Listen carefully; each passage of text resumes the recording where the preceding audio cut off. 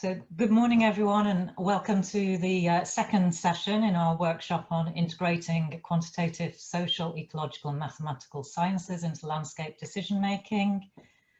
In yesterday's session, we heard three presentations that provided an overview on some of the discussions and the research priorities that emerged from the 1-month 2019 INI programme. And in that, we were focusing on how we could better integrate across the environmental and mathematical sciences to improve support for landscape decision making. And in today's session, we're going to get some stakeholder perspectives, try and hear a little bit more about what's important from a stakeholder's viewpoint on what science is needed to help support decision making in UK landscapes.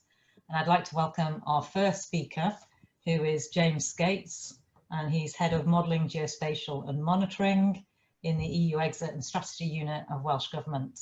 So over to you, James. Welcome there, Paula. As Paula said, I'm James Skates. I head up a branch in Welsh Government, which is responsible for the application of modelling in Welsh Government policy decision making, geospatial exploration and application, and environmental monitoring, specifically strategic environmental monitoring to inform long-term trends. I currently sit within a EU exit and strategy division, which provides an example of how we are trying to bring these predictive analytical tools to our future policy making and thinking. So today I'll talk a little bit about how in Welsh Government, and specifically in the Department for Environment and Rural Affairs, we are investing, building and employing models.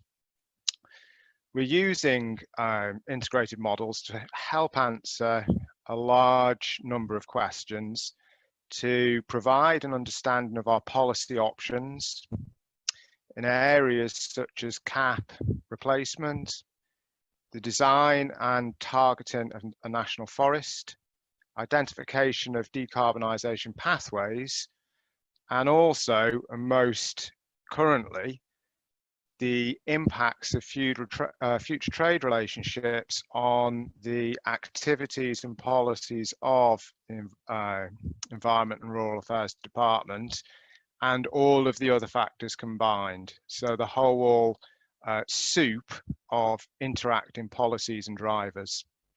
We believe that predictive analysis and integrated models provide us with significant opportunities to build and implement better policy. They provide us with opportunities to work collaboratively with stakeholders, building social capital, and importantly, building trust. They provide an opportunity to better understand the interplay of an individual policy across a wider policy landscape. They help us break down those silos which have existed historically. They provide an opportunity to understand long-term implications of decisions we take today. They provide an opportunity to assist our understanding of what may be required to meet multiple and sometimes competing targets. Quite often in government, there is an industry of setting new and continuous targets with little thought given to how those targets integrate with others. Do we have enough land to meet all of our targets? Are people willing to work with us to meet targets? Models and collaborative working help us understand that. Before we go into a bit more detail about the models we've invested in, developed and are employing in Welsh Government, I think it's important to understand a little bit of context about how we operate in Welsh Government. The Welsh Government, importantly, has a legislative framework which has embedded sustainability at the centre of decision making.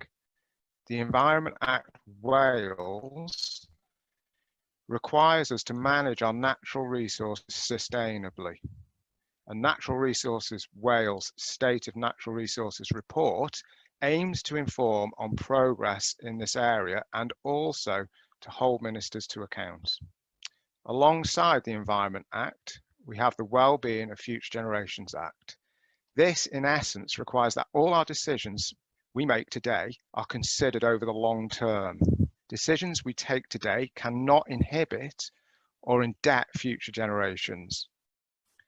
Additionally, the WFG requires that Wales cannot enrich itself at the expense of others. We must act and take decisions that are globally responsible. The WFG also has a series of goals against which progress is measured and a process for future trends reporting. Within this legislative framework, our rich evidence base and our ability to work collaboratively within government and with our stakeholders really provides an opportunity and an open door for the application of integrated models. However, there are a few critical things which we need to bear in mind in this application, and also for models to be of value or of use. Models need to run at a spatial scale which is relative to the policy intervention. For instance, within the agricultural context, they need to run at field or farm level rather than at 1 kilometre square level. They need to be accessible to the policy maker, and they need to speak to the policy maker. Parameterization needs to be inclusive and collaborative. We need to avoid the criticism of the often claimed it's only a black box. There needs to be honesty around the quality of input data. There needs to be honesty and transparency around assumptions and limitations of outputs. Resources need to be invested in supporting policy teams in developing questions and scenarios. In Welsh Government, we have established a dedicated team to work with policy teams in identifying questions and developing scenarios. This ensures that when we parameterize or input data into models, they're intelligent, they're articulate, and they're informed.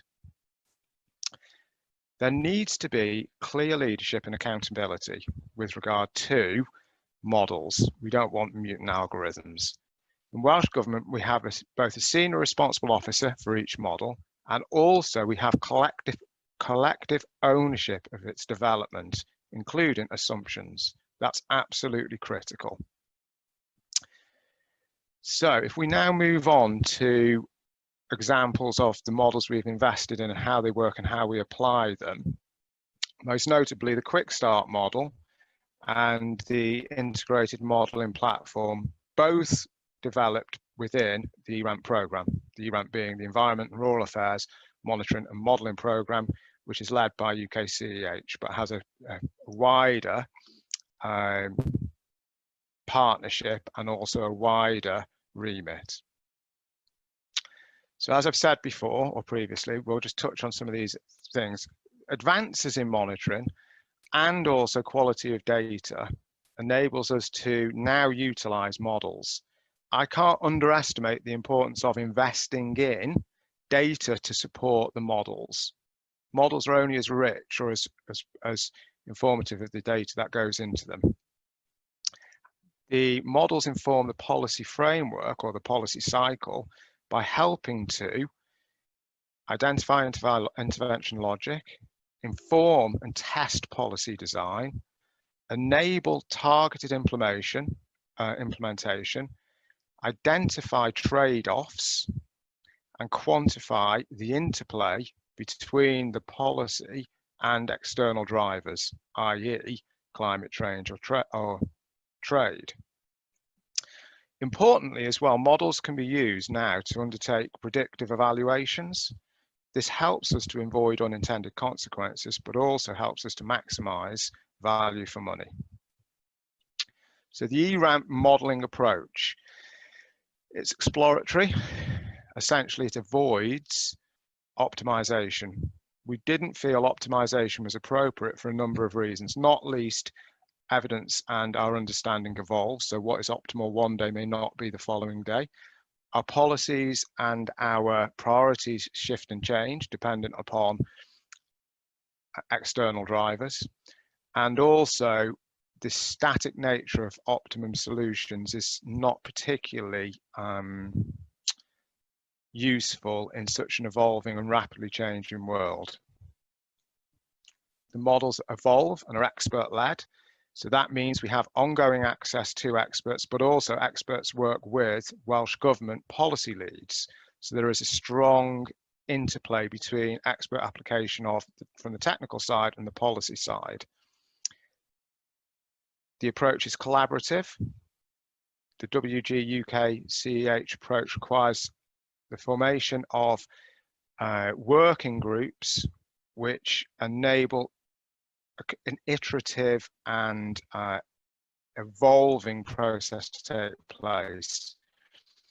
The models are highly spatially resolved. I've mentioned this previously, but we try to maximize the resolution at which we can operate the models. The higher the resolution, the higher the value to the policy. It's iterative and policy responsive.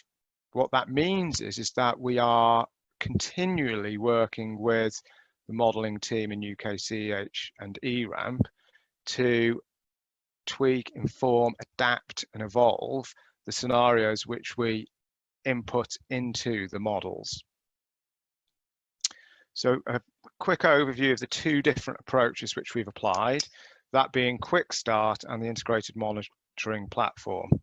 Quick Start was a response to a very urgent requirement to better understand the potential impacts of the different relationships we may end up with regard to EU transition. We parameterized the Quick Start with 3 scenarios, which was provided by our internal Brexit team. It was expert judgment based, and then the Quick Start converts the expert judgment scenario to land use changes, and also then converts those land use changes to environmental impact and also economic impacts. Within the Quick Start, there's no crop yield or profit outputs and no cross-sectorial interactions. So this was very much an initial view to gain an understanding of what the main impacts of the different scenarios would be. What would be the direction of travel, essentially? The integrated modeling platform is far more informed. It includes other factors which Quick Start didn't include, and also it includes yield and profit. So in a sense, it's far more, it's of greater value to stakeholders because it speaks to them more, including landowners. It has cross-sectoral interactions, so that enables us to start understanding what the impacts may be across different sectors of decisions made to solve one policy conundrum. Also, we are developing a user interface to enable internal users to use the integrated modeling platform, and also in the future we want this to be accessible to those outside of Welsh Government, notably stakeholders and NRW. So what is the IMP? It's a tool for rapid exploration of the effects of policy and management interventions on farm viability, land use change, and the resultant delivery of public goods and ecosystem services in Wales. It takes an integrated approach, recognising that policy effects in one sector have an impact on other sectors. It comprises a chain of models covering agriculture, forestry, land use allocation, farmer decision making, water, air, soils, biodiversity, ecosystem services, and then it converts those ecosystem services to values related to ONS, natural capital accounting. It is fully Aquabook compliant with all assumptions signed off by WG. Aquabook compliance is absolutely critical in building confidence within Welsh Government, and also absolutely critical if models are to be used for business critical decisions. We developed a series of local business model aqua compliance requirements and guidance for the development and the application of the IMP. User specified interventions. What this means is we are populating the IMP with the new interventions which are being explored for the Sustainable Farm Scheme, essentially the replacement to CAP Pillar 1, Pillar 2 schemes. So we can test the scheme as it's being evolved. It's quite chicken and egg, and it's quite frustrating for the modelers to actually be trying to test a scheme which doesn't yet exist. But for the policy leads, it's really, really helpful for them to gain an understanding of what the potential interventions may deliver. We've had some reprioritisation of work within Welsh Government as a consequence of how our political landscape is evolving. But IMP version 1 will focus upon the potential impacts of future trade relationships, what these trade relationships mean for our cap replacement policy. What do the trade answering questions such as that, and including what does future trade relationships mean for decarbonisation? What does future trade relationships mean for our biodiversity goals? What does it mean in relation to our future generations requirements? These are really, really big questions which potentially could be significantly impacted by future trade relationships. Version 2 of the IMP will inform the development and implementation of the Sustainable Farm Scheme. Thereafter, we will use the IMP to explore other factors and policy questions such as decarbonisation pathways. So a schematic of the IMP, I'm not going to go into too much detail because I'll probably confuse myself or lose myself in this, but suffice to say, the top of the model requires informed and articulate scenarios. These scenarios need to be converted into input data, commodity prices, agricultural management, incentives, so on and so forth, to enable the models to then start running. So farm type, farm viability. We then go into the decision tree around land allocation. How will landowners change their management dependent upon commodity prices or dependent upon scheme options and payments? How will that change the structure and nature of Welsh agriculture? Following that, we move on to more of the impact area of the modelling chain, whereby we start to understand what will those changes in agricultural practice across Wales at the field level mean for ecosystem services, farm emissions to and from farms, biodiversity, health, human health. All these factors are processed within the model and enable us to end up with outputs which inform us upon the actual impact of the scenario or the input. The IMP also converts those outputs, so the ecosystem services, into values. So what is the cost or value of the intervention? Does it deliver value for money? Does it have high external costs? So on and so forth. All these questions can be informed by using the integrated modelling platform. So the interface and the functionality, this is something which is seen as highly attractive by our policy teams because it enables them to rapidly and visually understand what may occur as a consequence of changes in policy thinking. Again, this interface is parameterized at the Wales level, really, really high resolution, in some instances to field and farm level. It enables us to explore a whole range of options and informs us at different levels and across different parameters. So land use, agriculture, forestry, biodiversity, carbon storage, air quality, and water quality.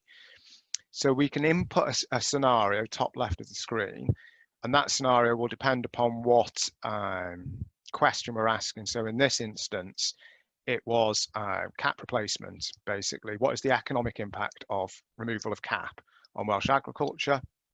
And this was a test scenario as well. But we will have in the future the different trade scenarios in there, which you can click on and off, or the different farm scheme support systems. We move on to intervention. We can look at the bundles of interventions which will exist within the farm scheme. We can then look at intervention payment levels on a slider that enables us to understand how uptake will change or shift dependent upon the payment level.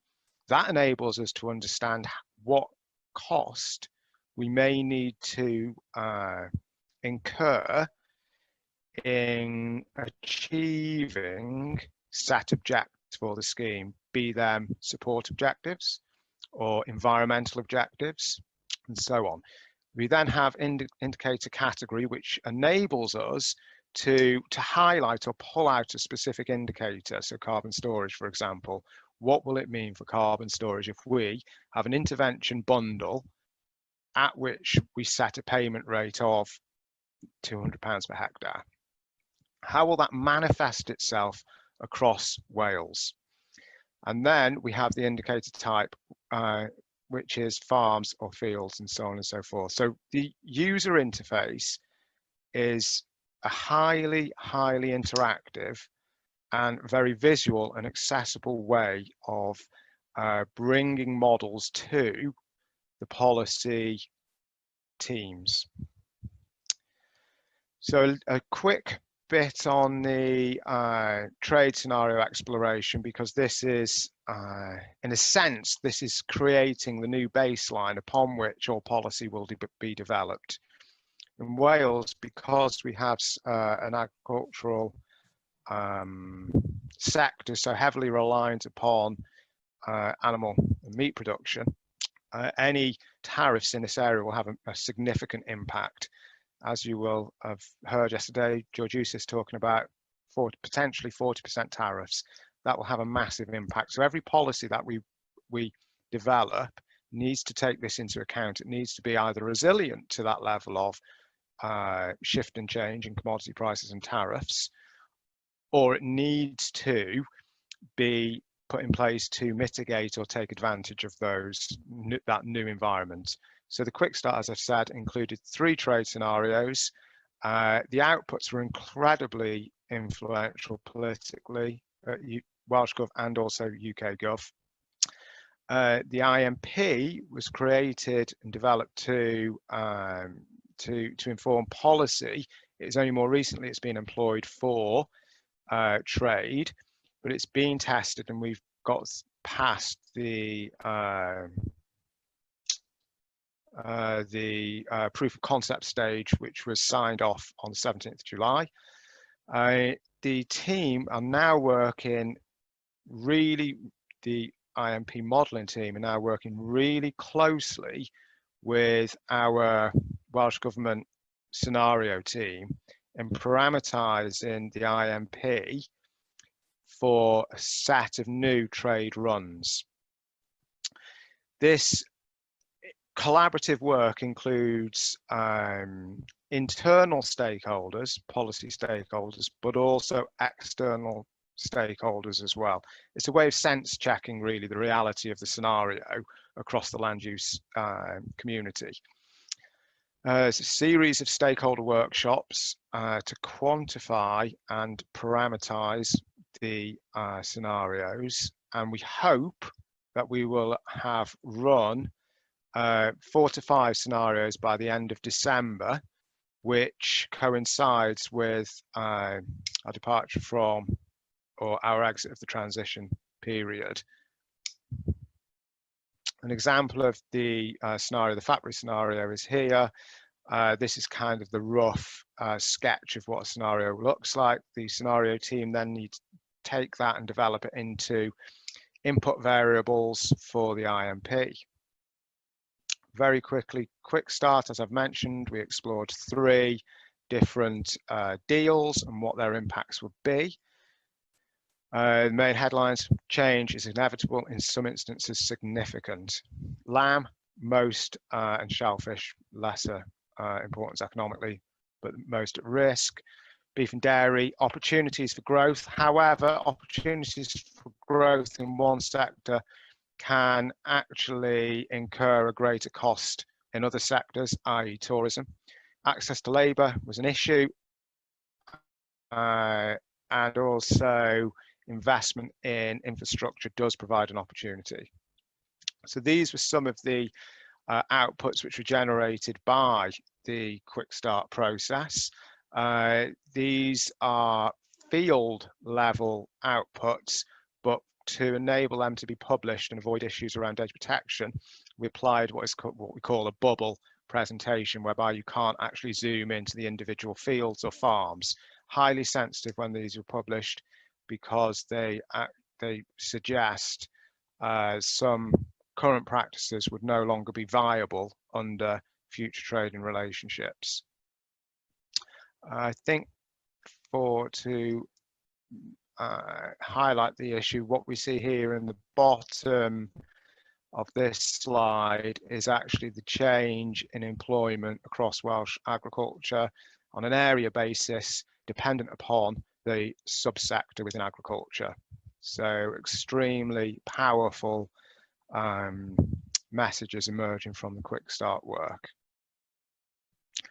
Again, onto the IMP schematic. I'll just skip through that one just to conscious of time, but this is what the IMP land allocation model decision tree looks like, and this is the process by which decisions are made. Each one of these decisions we call a transition point, and each transition point has been stress tested by an internal Welsh Government expert group, and also the level of transition has been agreed by Welsh Government. So this really sensitizes the model to the Welsh agricultural environment. We've seen this slide previously. I think I'll come to an end there to enable some questions. Brilliant. Thanks very much, James. And we already have some questions coming in on Slido. And can I just remind all the attendees that if you want to ask a question, please use the Slido link that's in the workshop timetable, or you can raise your hand and ask a question. But if you raise your hand and ask a question live, you will be recorded, so as long as you're fine with that. So we have a question, James, from Paul Sweeney, who says, it's interesting to see that you did not use optimization.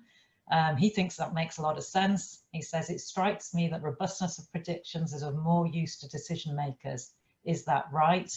And do you have any measure of robustness? Yeah, we avoided the optimization purely because potentially it only provides a truth at that point in time. And in some instances, it's less robust because it's highly reliant upon the input data or the quality of the algorithm and so on and so forth. And what we didn't want to do is end up in a situation whereby we have the optimal changing on a weekly basis as our understanding or our models evolve. So it was a very specific and considered decision.